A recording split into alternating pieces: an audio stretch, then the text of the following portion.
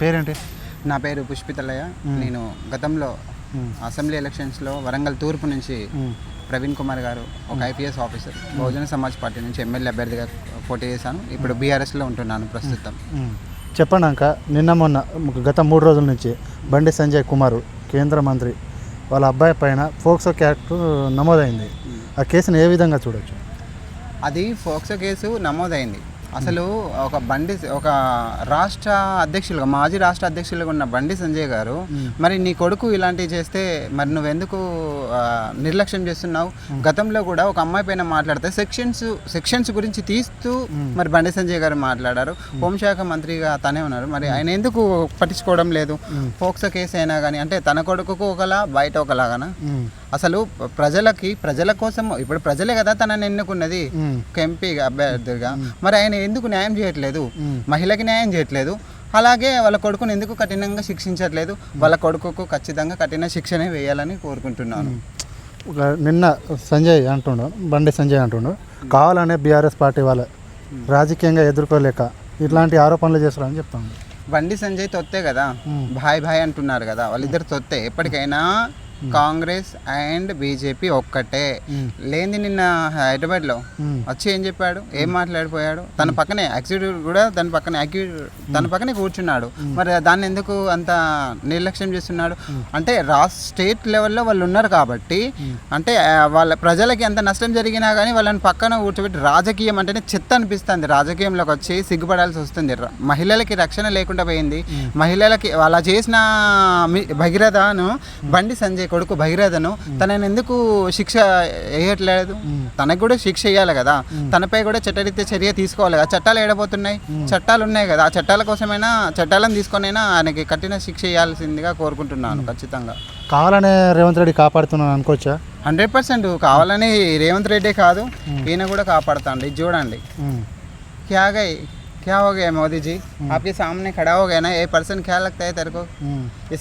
इसकी बेटा है ना, वो एक लड़की को छोटा बचपन लड़की को क्या कर रहा था? वो तो 17 इयर्स बच्ची को क्या गलती किया था, इसलिए तेरे को पास लेके आके कुछ बोला था क्या? हमारा बेटा को न्याय कर दो, हमारा बेटा ऐसा कर दिया, हमारे बेटा को थोड़ा देख लो बोल के, इसलिए आपके पास लेके आ गए है ना। मोदी जी देखो क्या करा था, परसों हैदराबाद जाके क्या करके गया था, लड़की के लिए कुछ बात नहीं किया था, एक्सीडेंट आपके सामने बैठा था, कुछ नहीं किया था। क्या है भाई, राजकीय में ऐसे क्यों करते हैं क्या? ఇంకోటి నిన్న కావాలనే వాళ్ళ కొడుకు కూడా కేసు వేసిండు కరీంనగర్లో, 2 టౌన్లో కేసు వేసిండు. నాకు హనీ ట్రాప్ చేసారు అని చెప్పేసి. నిజమేనా? అది వాస్తవేనా? వాస్తవంగా కేసు వేసిండు. కరీంనగర్ PS 2 టౌన్లో 5:30 గంటలకి ఎఫ్ఐఆర్ అయింది. మరి ఆ మహిళకి మరి 308, 551, 61 మరి అనే సెక్షన్స్ కింద కేసు రిజిస్టర్ చేశారు. ఆ మహిళ అంట వాళ్ళ ఫ్యామిలీ అంట తనని బెదిరిస్తున్నారంట. తన ఫ్యామిలీ వచ్చేసి తన ఫ్యామిలీ దగ్గరికి వెళ్ళి ఏదో జరిగిపోయింది అయిపోయింది అనేసి 50,000 వాళ్ళకు నష్టపరిహారం కలిగించి వాళ్ళని ఏమంటున్నాడంటే, ఏదో అమ్మాయి ఇలాగే చేస్తుంటుంది, వేరే కాడ కూడా ఇలాగే కేసు అయింది, ఆ అమ్మాయి ఇలా అలా అని అమ్మాయి గురించి మాట్లాడుతున్నారు. చిన్న అమ్మాయి పాపం. ఆ అమ్మాయిని 17 ఇయర్స్ అమ్మాయికి ఆ అమ్మాయి దగ్గరికి వెళ్ళి ఆ అమ్మాయిని యూజ్ చేసుకొని తిరుమలకి వెళ్తాడు, విజయవాడ కనకదుర్గమ్మ గుళ్ళకి వెళ్ళిండు, అన్నిట్లకి తీసుకెళ్ళి ఒక ఫ్రెండ్గా పరిచయం అయిందంట. ఆ ఫ్రెండ్ని టెంపుల్స్కి జస్ట్ ఫ్రెండ్షిప్ లెవెల్లోనే అయింది. మాకు ఫ్రెండ్స్తో తిరిగాం, మేము జాలీగా తిరిగామంటున్నాడు. ఫ్రెండ్స్ అయితే ఎలా తిరుగుతారు? ఆ ఫ్రెండ్ ఇప్పుడు ఒక అమ్మాయిని ఫ్రెండ్లీగా తీసుకపోతే టెంపుల్స్కి అక్కడికి ఇక్కడికి తీసుకుపోయినాను కేసు వేసాడు. అలాగే వాళ్ళ అమ్మ కూడా 50,000 నష్టపరిహారం చేసినందుకు ఈ భగీరథ ఇచ్చారంట. మరి ఒకటే మాట నేను అడుగుతున్నా, తన తల్లి కూడా నాకు 5 కోట్లు ఇచ్చేసి అమ్మాయిని ఇలా చేయని అన్నదని కేసు పెట్టాడు. ఎవరు? భగీరథ. బండి సంజయ్ కొడుకు భగీరథ గారు కరీంనగర్ 2 టౌన్కి వెళ్ళి అక్కడ ఎఫ్ఐఆర్ చేపించి నన్ను బెదిరిస్తున్నారు, నేను బెదిరింపులకు గురి అయిపోతున్నాను, మేము ఫ్రెండ్లీగానే తిరిగినాము అని వాళ్ళ మమ్మీ 5 కోట్లు పెళ్లి చేసుకుంటే చేసుకోవా, లేకపోతే నీ పోయిన ఫాల్స్ కేసు పెట్టి నేను ఇలా చేస్తానని తన తల్లి బెదిరించేదేనా? రాజకీయంగా నువ్వు పలుకుబడుతూ ఉన్నప్పుడు చిన్న స్థాయిలో ఉన్న వాళ్ళు నిన్ను ఎలా బెదిరిస్తారు? ఈ సెక్షన్స్ కింద ఎలా కేసు చేస్తారు పోలీసు వర్గం కూడా? ఇప్పుడు తన ఉన్నత స్థాయిలో ఉన్నారు, ఒక కేంద్ర స్థాయిలో ఉన్న కొడుకు తనపైన కేసులు తను ఈ బండి భగీరథ అనే అతను వాళ్ళు బెదిరిస్తున్నారని 2 టౌన్లో కరీంనగర్లో కేసు పెట్టారు. మరి అది ఎంతవరకు కరెక్ట్? వాళ్ళు బెదిరించేవారా? అంతెందుకండి, ఒక్కసారి ఇదేమి ఇన్స్టిట్యూట్, మహేంద్ర యూనివర్సిటీ ఇన్స్టిట్యూట్లోకి వెళ్ళి చూడండి. మహేంద్ర యూనివర్సిటీలో ఒక పిల్లలపై ర్యాగింగ్ ఎలా చేశాడు? కొట్టాడు, బెదిరించాడు, లంజొడక అన్నాడు ఒక స్టూడెంట్. నా వీడియో కూడా బయటకు వచ్చింది, ఆ మీడియా మిత్రులే కదా బయటికి తీసుకొచ్చింది కూడా. మరి అంత నువ్వు లంజోడక అంటాను, మరి లంజ కొట్టిన వాళ్ళు వాళ్ళైతే కొట్టినోడివి నిన్నేమని పిలవాలి? ఇడియట్. కొట్టిన వాళ్ళని కొట్టించుకున్న వాళ్ళైతే కొట్టినోడి నువ్వేం కొడక, వాళ్ళని లంజ కొడకంటే నిన్నేమని పిలుస్తారు? నాకు నీదు బూతు మాటలు రావు, ఎందుకంటే ప్రవీణ్ కుమార్ గారు ఆధ్వర్యంలో నడిచే బిడ్డని నేను. ఒక ట్రాన్స్జెండర్ని ఒక కరీంనగర్లో నువ్వు పోలీస్ స్టేషన్కి వెళ్ళి ఎలా ఫిర్యాదు అవుతావు? తన తల్లి 5 కోట్లు అడుగుతుందా? నీ దగ్గరికి వచ్చి మాట్లాడే అర్హత కూడా నువ్వు ఇస్తావు అసలు? వాళ్ళు వచ్చి అడగడం ఏంటండి? చాలా తప్పు ఎవిడెన్స్ చూపించి కేసు వేసాడు. సిగ్గు అనిపించట్లేదా? మహిళపై అత్యాచారాలు నువ్వు చేసి ఆ స్టేషన్కి వెళ్ళి నువ్వు ఎలా ఫిర్యాదు అవుతావు భయ్? నీకు భయం కాదు బిడ్డ, నీ కన్నద్దాలు వీకి పడేసి కొట్టాలని నేను అసలు. చాలా వరకు అయితే మహిళలు ఇప్పటికైనా తెలివి తెచ్చుకొని ఇలాంటి దొంగలను లంగలను వెంటాడి బట్టలు కూడా తీసి అసెంబ్లీకి ఉరికించాలి వీళ్ళను. అదే అసెంబ్లీలో కొట్టి ఇలాంటి మహిళకి ఇంకోసారి అన్యాయం జరగకుండా చూడాలని నేను చాలా కోరుకుంటాను. మీడియా మిత్రులు, ఈ వీడియో చాలా బయటకు వెళ్ళాలి. ముఖ్యమంత్రి గారికి తెలుసు, ఆయనకి తెలుసు, నరేంద్ర మోడీ ఎందుకు స్పందిస్తలేరు కాంగ్రెస్ పార్టీ తొత్తే కదా, ఇద్దరు ఒకటే కాబట్టి కదా స్పందించట్లేదు. కాంగ్రెస్ పార్టీలో సీఎం గారికి మంచి, నీకేం కావాలి, ఆప్కి క్యా చెయ్యే బోలో హమ్ కుచ్ కరేగి, ఆప్కి కల్ పర్సు దోనో ఏకీ హోతా హై క్యా ముझे పతా नहीं. రేవంత్ రెడ్డి కూడా అంటాడు ఈగల్ టీం ఉన్నది అందరు సమానమే అని చెప్పేసి చాలా చోట అన్నాడు. గతంలో చూసుకుంటే సినీ నటుడు అల్లు అర్జున్ ఎన్టీవీ జర్నలిస్ట్ వాళ్ళని కూడా అరెస్ట్ చేశారు. వాళ్ళకు న్యాయం వీళ్ళకు న్యాయం ఉంటుందా? ఒక మాట చెప్పనా అండి, మీడియా మిత్రులు నిజాలు బయట పెడితే మిమ్మల్ని అరెస్టులు చేస్తున్నారు. మీడియా మిత్రులు ఏదైనా బయటికి తీసుకొచ్చి సంచలనమైన కామెంట్స్ చేసి ఇవి నిజము అని నిజం బయట పెడితే మిమ్మల్ని ఇబ్బంది పెడుతున్నాడు. సో ఇది రాజకీయంగా వీళ్ళ అవసరాల కోసమే ప్రజలను నష్టపెడుతున్నారు తప్ప, వీళ్ళ సొంతంగా ఇలా చేస్తున్నారు తప్ప, వీళ్ళ ఉన్నతమైన పదవుల కోసమే ఇలాంటివి చేస్తున్నారు తప్ప ఇట్లా ఇబ్బంది పడ్డ మహిళల కోసం మాత్రం చేయట్లేదు. మహిళ అంటే ఏందండి, ఆధిపత్య శక్తి. నేను కన్నది కూడా మహిళే కదరా. నీకు రేపో మా పెళ్ళి అయిపోవా, నీ అక్కకి ఇలాగే జరుగుతే నీ చెల్లికి ఇలాగే జరిగితే ఊరుకునేవాడివా? భగీరథ బండి సంజయ్ కొడుకు భగీరథ గారికి ఒకటే చెప్తున్నా, నీ చెల్లెకు నీ అక్కకు ఇలాగ ఫ్రెండ్లీగా తీసుకెళ్తే నీ చెల్లెనో అక్కనో కనీసం నువ్వు స్పందిస్తావా? నీ ఫ్యామిలీలో ఎవరినైనా ఇలా టూర్కి పంపిస్తారా? కొన్ని ప్లేస్ అండి, అవి చాలా బాధ కలిగించే ప్లేస్లకు తీసుకెళ్ళాడు. మరి